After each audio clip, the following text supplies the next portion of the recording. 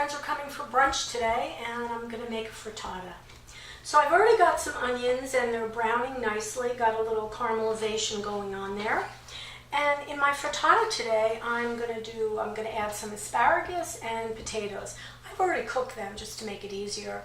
I put them in the oven about 400 degrees for about 20 minutes or so, 25 minutes. I wanted them to get nice and tender. So I've got 10 eggs right here. And I'm going to add, of course, a little bit of salt and pepper, get these guys going. I love cooking a frittata because, well, you can put anything you want into it. There's no rules to a frittata. It's really eggs. If you want to add milk, you can add a little bit of milk if you like. And I'm going to put some cheese right into the eggs here, because why not? Heat these up a little bit. But I like to cook a frittata because it's a great way to use up things that are in your fridge. You can put meat, you can make it a meatless frittata. I'm doing really a veggie frittata today. If you have some bacon lying around or any extra ham or anything else, put that right in your frittata. So let me get this beaten up, and then we're going to add it right in. Okay, that looks pretty good right now. Okay. So let's add this right to my pot. Okay, right in there we go. There's my eggs. Okay, now that's the first thing. And okay, I'm going to kind of zhuzh this around a little bit, mix up the onions. And now let's get the potatoes in.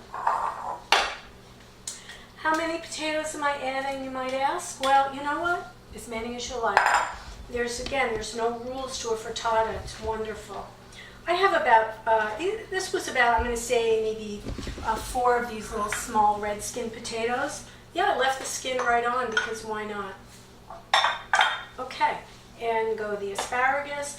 And of course everything was nicely seasoned with a little bit of basil infused olive oil and salt and pepper.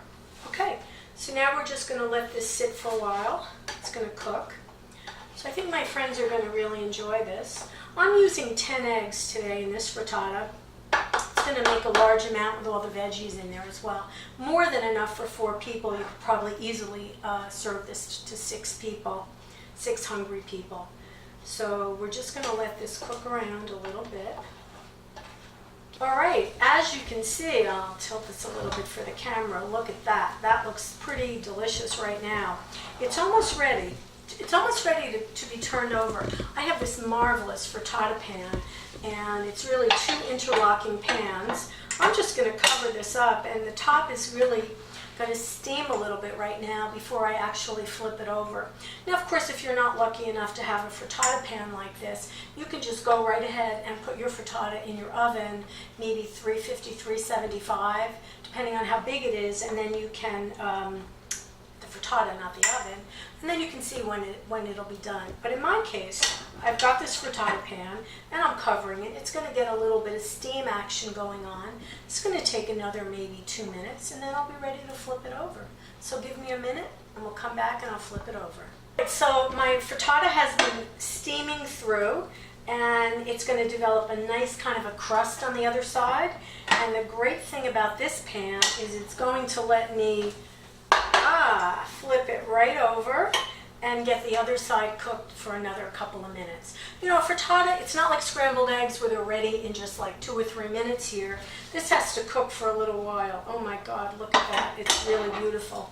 All right, so let's let this go for just a couple more minutes, and then we are going to be ready for brunch. And wait till you see what else I have. Okay, I think my frittata is all done. And I'm going to, oh my God, look at how fabulous that is. Let me just get rid of this. I'm going to put it right over here. Okay, and here we go. Let's get it onto the plate. I'm going to make this my presentation side. There we go. There we go. Look at that.